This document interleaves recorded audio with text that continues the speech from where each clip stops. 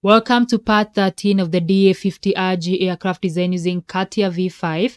We are finishing up on the propeller, so let's just dive right into it. The last time we created a loft here, which we named the DA50 prop, and now we're going to import it in the other part that we had designed before, the aircraft. So just right click on geometrical set 1, copy, and you're going to open the other design for the aircraft, and then go all the way to the top, right click and paste, and it's going to come here, geometrical set 14 or whichever number you are at. So you can see it because it's hidden by the aircraft fuselage. If I hide this, you can see it, it's right here. Okay, so we need to move it from that location to another location right here. The first thing we're going to do is to show the sketch we had here. So go to nose. It is the first sketch we created, so it's sketch 1. And then you're going to create a point right here in the middle. If you select point from profile and then type, you're going to select this part. It has circle, sphere, ellipse, center, and then select this circle. You're going to create a point in the middle, select OK. But we don't want our blade to be right here where the nose ends. We need to offset it a little bit. Let me go to side view. So take this point and we are going to offset it a little bit. Go to operation, select translate. Make sure this point is selected as the element, and then direction and distance as our vector definitions. So direction is the x component, and then the distance is going to be -50 because we are going in the opposite direction. Preview. So just slightly in front of the nose and select OK. Actually, hide the initial element and then select OK. Now what we need to do is to create an axis system at this point. Leave everything at default and select OK. And then because now our loft section for the propeller is at the original axis system, we are going to move it to the new axis system. It's very simple. Just go to operation menu, select axis to axis using this icon. And then the element, now come to the new geometrical set that we just pasted here. We don't need to move everything. We just need the new join. That was join 34. Select it. The reference is axis system 1, where it is currently at. So go to axis system, select axis system 1, and the target is axis system 5. You can see it just moved right here where we created the new axis system, and select OK. So let's say you had a couple of elements that you needed to move. You can always use this method to move them all together other than translating one element at a time. All right, next section. We create the hub. So we can create the hub from this section we have here. All we need is to scale them down. So select this sketch, go to operation menu, scaling, and we're going to scale it down. The reference, we can select this point, the origin, and just drag it down. So we need to make sure, because remember the diameter for the spinner is 338, which is less than this circle. This circle was 350. So we need this to be even smaller than the spinner. So you can try scale it down up to about this point. You can freestyle this, and then once more select scale down the initial element using this point, and make another smaller circle right there. Okay. And now we can extrude these two, but first of all, we need this section to reach these two circles because we are going to extrude this to make the hub. So we need this section to extrude, but unfortunately, because of the twisted nature of this loft, we cannot extrapolate this surface like we would do with a planar profile. So what we're going to do is select this edge, create a boundary, but let's actually try it for you to understand what I'm saying. If you select this boundary right here, and you try to extrapolate it, you can see it brings up an error that the extrusion of a vertex of the profile leads to a cusp or something. So what we can do, we can extrapolate the edges.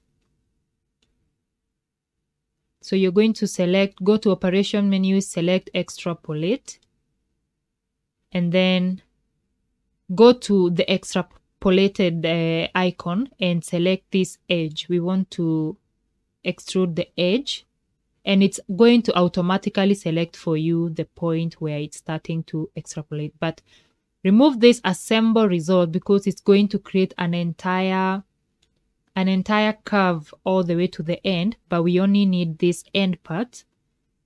Preview and select OK. And now if you hide this loft, you can see we've only created that part. Okay, let's do the same for this side.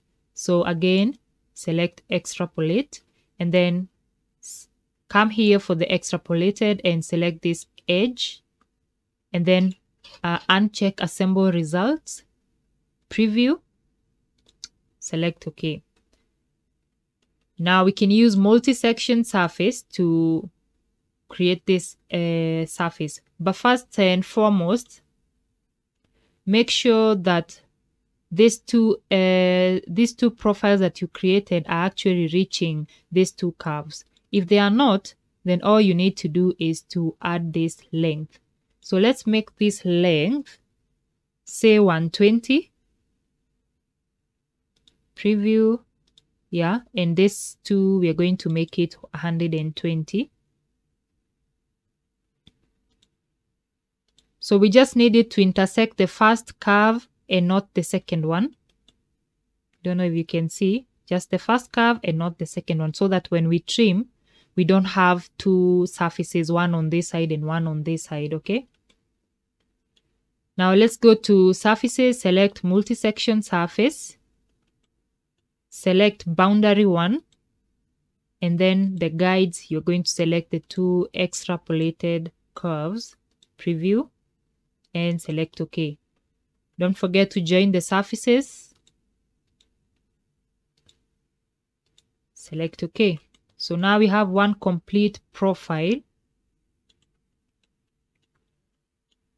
You can now hide all these curves,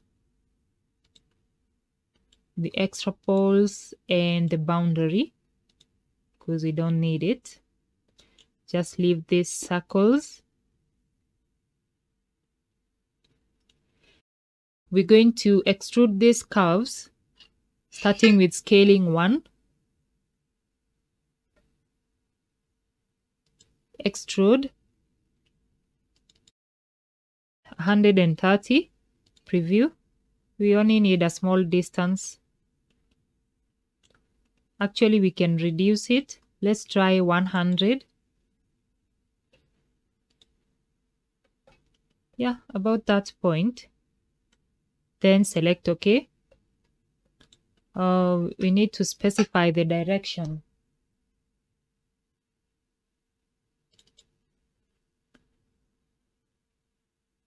The direction is the X component. Select OK. Then once again, do the same for this second one.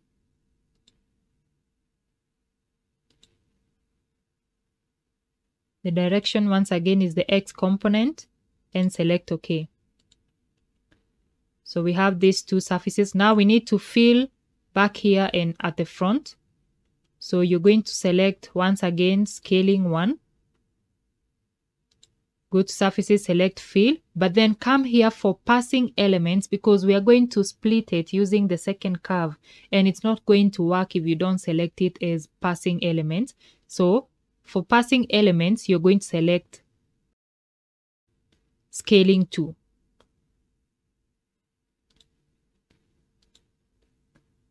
Now you can split the fill surface using scaling 2.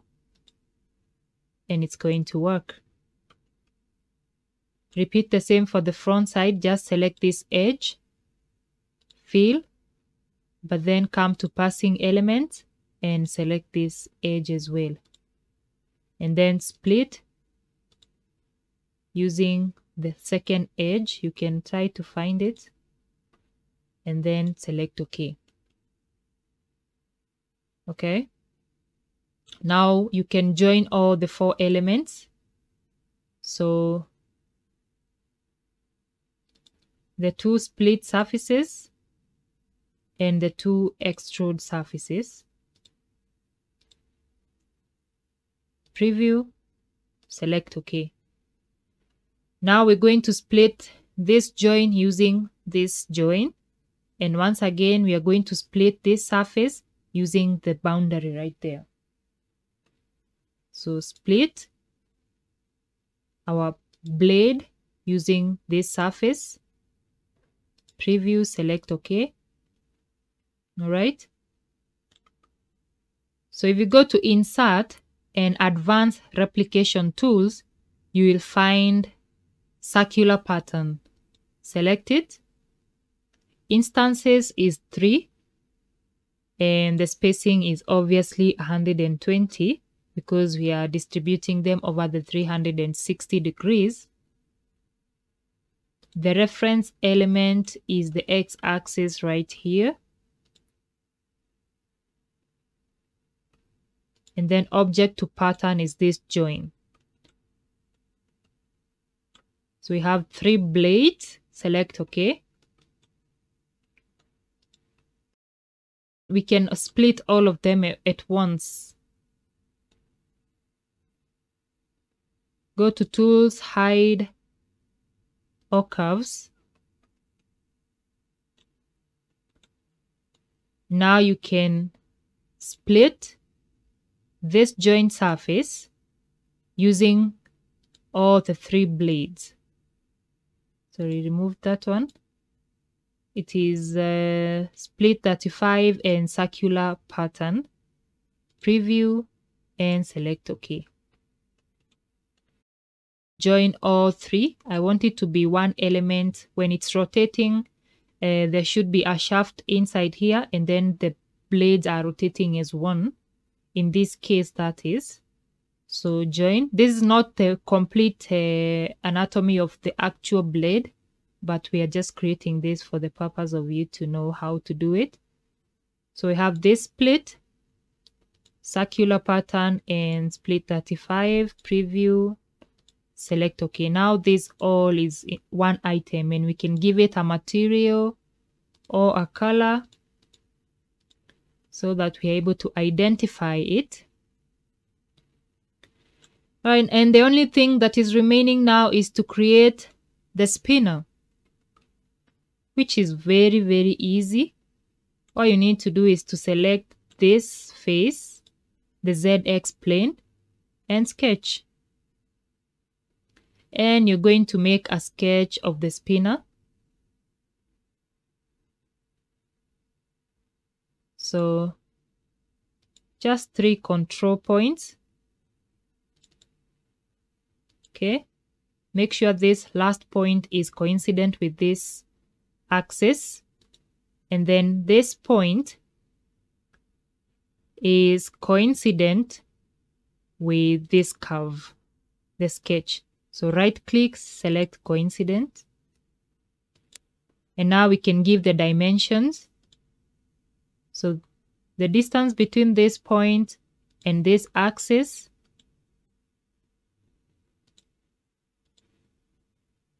is half of 338, which is 169. The next distance we are going to give is between this point and this circle, which is 441, as we saw initially in the previous episode. And then just align this so that it gives the shape of the spinner. We don't want it too sharp, we don't want it too shabby, so right about this point. All right, then exit the workbench. And now you can go to surfaces and select revolute. And the rotational axis is going to be the x-axis right here. And you have a complete spinner. Select OK. You have to check if it's complete right here. If it's not complete, check your coincident definitions. Make sure you have constrained this part with the x-axis, and then you can hide the sketch. Let's also hide this. We can give the spinner a material. Let's give it the same blue. And then hide this axis system. Hide this point. And our propeller is complete. Now the thing you can do is, if you look at this propeller, it's very thin. It's not the same as if you check the image of the aircraft. So what you can do is scale up the thickness as well as the width. And you can just do that by,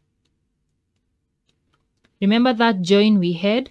So what you can do, you can dial back, delete from where you started to split the blade. Okay, maybe I can delete one by one.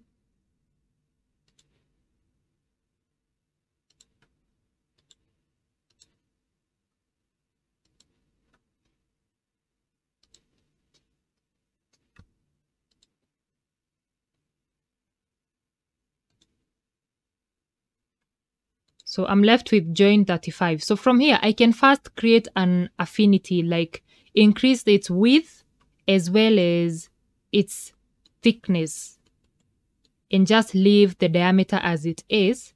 So you can go to affinity, select this element, and then the origin.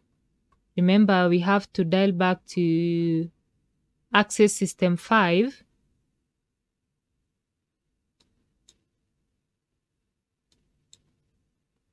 So go here and show it. Then select this. So Y is the radius. So we're going to leave it at 1. But then we can try increasing the X 1.5. 1.5. Preview. Let's try 1.6 for both. Preview, hide the initial element, and now it's a little bit thicker than it was. Then select OK. And then you can go back and do everything that you just did.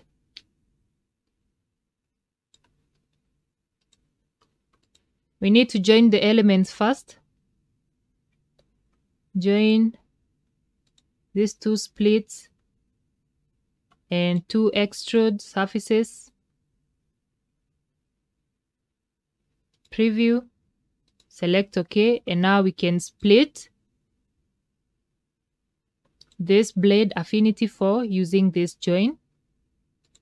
Preview, select OK, create the circular pattern, insert circular pattern. The instances is 3, 120 degrees apart. The reference element is the X component, and then the object is this split. Select OK. Then once again, you can split this join. Oh no, need to select the whole element, this join, using the 3 blades.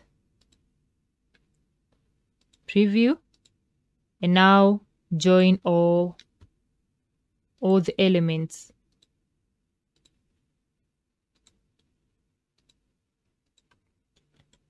Now this way, because you have now introduced the affinity, you can always come back to affinity and alter the thickness or the width of this blade according to how you want it to be. For example, if I come back here to affinity, and let's say I need to change the Z component or the Y, I can just come here, select 1.7, 1.7. They don't have to be equal. I just chose for them to be equal. And you can see it just updates automatically, and you have your propeller, which is now kind of similar to what we had before. Now you can assign a material to it.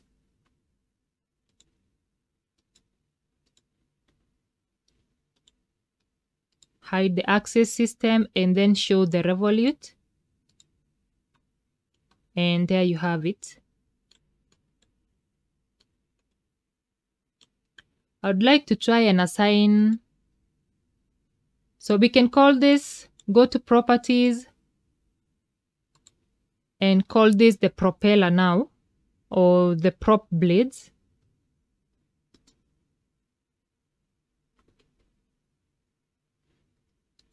And then we have revolute too. We can name this the spinner.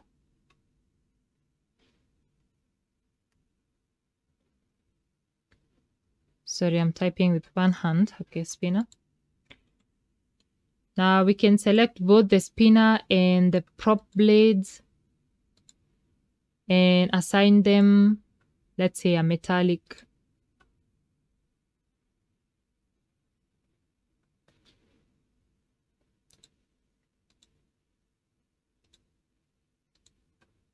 Okay. And you have your propeller. You can confirm, you can always confirm the diameter. If it's not, you can scale up the y-axis from this blade.